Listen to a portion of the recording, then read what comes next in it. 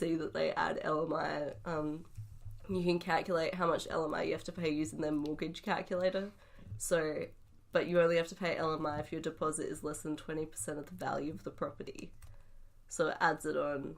Realestate.com's mortgage calculator thing adds it on if your deposit is less than 20%, and that's how I learned that it was a thing.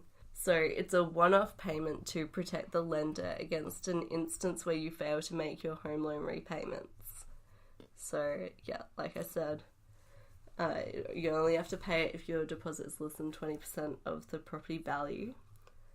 Okay, so it's not like regular insurance where you have to pay a yearly fee. No, it's a one-off. It's just a one-off one thing. time. It's kind of like stamp duty again, basically, except it's for something else. And you only have to pay it if it's like stamp duty. You always have to pay it, unless you're a first-home buyer in Vicar, New South Wales. But yeah. So the LMI you have to pay if your deposit is less than 20%, and the cost of it depends on the amount that you want to borrow, the amount of deposit you've saved up. So if you have saved up 18% of the property value, you still have to pay LMI, but you probably have to pay less than someone who's only saved up 10%. Okay, so how does LMI work? Do you get the money back if you pay off the mortgage? No. Okay, You that kind of forever sucks. don't get it back. That really... You just pay it and then it's gone. That doesn't... Yeah. Doesn't sound It also fair. depends on whether you plan to live in the property or whether it's an investment. It depends on whether you have a full-time job or if you're a casual or part-time worker. To avoid the LMI, obviously you can save up 20% or more of the property value. So when you save up your money to buy a house, you have a budget, and that budget is for the money that you've saved up. But if you have to take away stamp duty from that money, you have significantly less money to use as a deposit for a house. So even though you think you saved up 20% of the property value, once you take away stamp duty, likely you haven't. And then you need to pay LMI, which is what happened to me when I was using the real estate calculator. Not in real life, but when I was using the real estate calculator and I was like, yeah, we would have saved up this much, and it was a 20% deposit, and then suddenly it wasn't. It was because of stamp duty. So you have to be careful about that. So for $1 million home, if you've saved up $200,000, then stamp duty would take you under the 20%. Yeah, definitely. Especially because stamp duty is based on how much the home costs. So stamp duty for $1 million home would be quite a lot. And then you have to pay LMI because of that. That's... Yeah. So you can avoid it by saving up a lot more money, and taking into account stamp duty when you're doing that. You can also get a cash gift from your parents. Yeah, if you're just happen to have parents with 15,000 plus lying around. Yeah, no, but the reason why I brought this up is because even if you do get a cash gift from your parents, if you're lucky enough to get one, some places don't view this as deposit savings. So if you've been gifted money, they don't view this as you managed to save this up, therefore that shows that you're a good saver. So if some rich person just gives you $500,000, they're not going to be like, well, this person saved up. It's not the same as someone who saved up $500,000, because the other person who saved it will probably be able to get more money, and this person they might still want you to pay LMI because it shows that that you might not have been able to save up that much. I think they would still let you use that money. They'd just be cautious, use the cash gift for your deposit, but they'd still make you pay LMI probably because it doesn't show that you were a cautious saver. Yeah, so the more risky you are, the more likely you are to have to pay insurance. Yeah. You can also get a family member to go guarantor, which I want to research more into this, but I think it is when they say that they'll pay your mortgage repayments if you fail to pay your mortgage repayments. Yeah. So that's a plan, but then the risk is on that family member if you can't pay it. So then they're liable. So yeah, that option also only applicable if you have a family member willing to. Yeah, exactly. So if you have like stuff, yeah, well, not pay, but you know. Yeah, put their own financial security on the line for you, which is probably rare. So you can also, if you know that you're going to have to get LMI, you can get a quote between the different financial institutions to assess how much their LMI will cost, because it also differs between financial institutions. Right, so you might look at the rate and think, oh, this is the best home loan offer we're going to get, but that institution might have a very big LMI, so it won't be. So you should actually check a bunch of institutions and work out what the best loan actually is. Yeah. Taking into account LMI. Yeah, exactly. And you should also recognise that your job or occupation may allow you to be viewed as less of a risk of possible redundancy. So if you're in a quite a secure job, you could use that to your advantage. And if you're not, then you need to be aware that that's probably going to impact how much LMI you have to pay. Yeah, that makes sense. So yeah, it's just from the bank's perspective, looking at how much of a risk you are to not pay back your mortgage. Yeah. I also read an article that has an alternative way to view the LMI. So another kind of devil's advocate. They were saying that LMI is actually kind of good because it allows people to achieve home ownership sooner. Right? Because instead of having to save up the 20% deposit, they can just pay the LMI and then get into home ownership sooner. Right.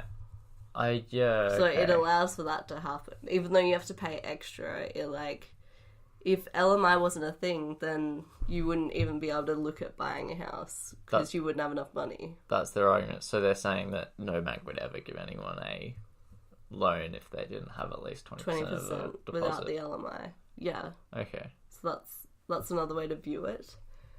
And also a disclaimer, I found this in another article and I thought this was pretty relevant to let people know, is that lender's mortgage insurance, or the LMI, is very different to mortgage protection insurance.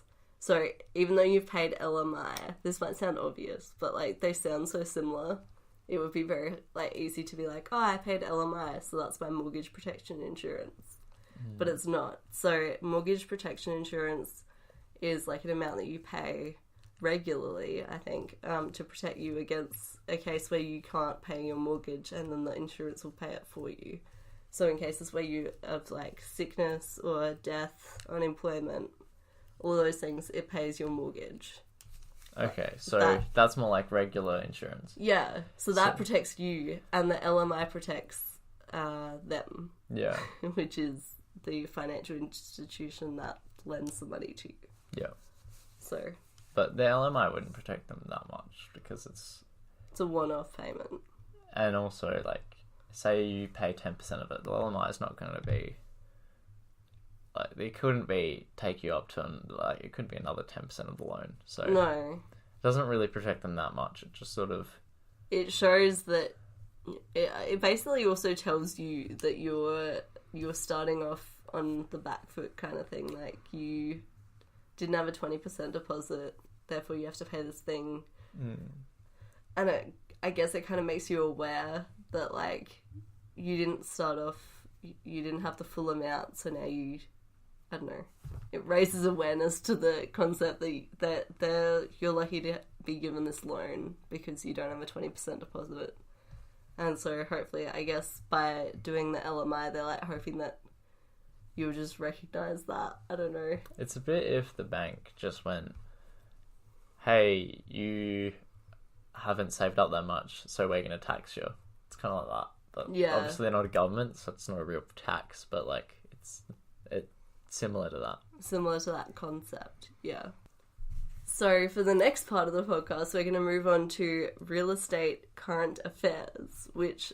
Boom, boom, boom. I don't know if this is going to be a regular segment. If so, we're definitely changing the name. That was just... I just came up with that. No, I like calling it current affairs. Yeah. Let's see. We can go boom, boom, boom every time as well. I don't know if that's what the people want, but... Look, if someone writes in and tells us not to do it, we won't do it. There you go. And it can't be you creating a fake email. Okay, so, yeah, so I'm not sure if this is going to be like a regular segment. It depends if we find articles that are relevant to this. So, basically, this segment came about because I wanted to talk about an article that wasn't directly related to the topic of the podcast, but I want to talk about it now while it's still kind of relevant. So I don't want to, like, wait till that podcast theme comes up and then talk about it then. So if this podcast theme ever comes up, I don't know. But, so basically, I was on Instagram and a sponsored Snap, not, they don't call them Snap stories because that's Snapchat. Instagram stories, that one. When you know more about social media than I do. Instagram didn't, like, they really innovated with that. They didn't just copy Snapchat's name exactly. Well, they wanted to buy Snapchat, and Snapchat said no, so then they created Instagram stories. That's what happened. That's why we have... Well, Facebook owns Instagram, right? So it's them. Yeah, Facebook wanted to buy Snapchat, and then they're like, well, we're just going to create our own thing. But anyway, so putting that aside, I found this sponsored Instagram story from Year 13, which is like a website for young people that covers topics like Year 12, like general high school and uni, money, those sort of topics that are relevant to young people. Mental health, sometimes they have articles on mental health, I think. But anyway, so yeah, basically I found this article which was like obviously directed at me because it was sponsored, and they were like, who's interested in real estate? Oh, this account is, let's show her a sponsored post. So anyway, I did the predictable thing and clicked on it. Yeah, back to that point about how they know you're interested in real estate. Everyone's really creeped out about how everyone on the internet knows like what you're interested in. Like Google collects the data and everything, but yeah, I don't really mind. It's kind of convenient. Yeah, of course you don't mind. Yeah, because you get ads that are this like things you're interested in. Yeah, I'm very much, this is a thing I would seek when everyone else is zagging about. Yeah, like self-driving cars. Yeah, exactly. I'm pumped for them. Yeah, okay. So anyway, back to the article. So this article was called, Is It Worth Saving to Buy a House in Your 20s? And I object to the title of it because I read the article, and the article shouldn't be called Is It Worth Saving to Buy a House in Your 20s? It should be called Why You Shouldn't Save Money in Your 20s. Because that's what the article was actually about, and it wasn't like the first title suggests that it's like an unbiased weighing up of the options, like, oh, should I save for a house or should I travel or what, you know. But instead it was just like, no, you shouldn't save for a house. No, you shouldn't save for anything. Yes, you should spend money on everything. So your complaint is that something on the internet was titled incorrectly. Yeah. No, if we're going to complain about things that are titled incorrectly, I think we're going to be here for a long time. Yeah, but this article just really angered me. I want to read out the last part of the article just so that you get like an idea, like before we talk about it a little bit more, so you get an idea of what it was like. So this is directly taken from the article. Just letting everyone know. So I'm not like copying what I am, but legitimately. So it said, all you need to do is get a full-time job, take out a loan, and spend the next few decades in crippling debt. But if you don't have that kind of support network, you'll face the challenge of trying to save a solid amount while paying rent and all your own living expenses. No matter which way you look at it, that's a tough gig. Especially when you could spend your 20s partying, eating smashed abo, and travelling the world. At the end of the day, it's up to you and how you want to use your money, and if you put your head down and get a bit of a helping hand, you could end up with your own place. On the other hand, if you want to see the world, party, and spend your hard-earned cash on whatever you want, you might have to consider other options. What are your thoughts on this?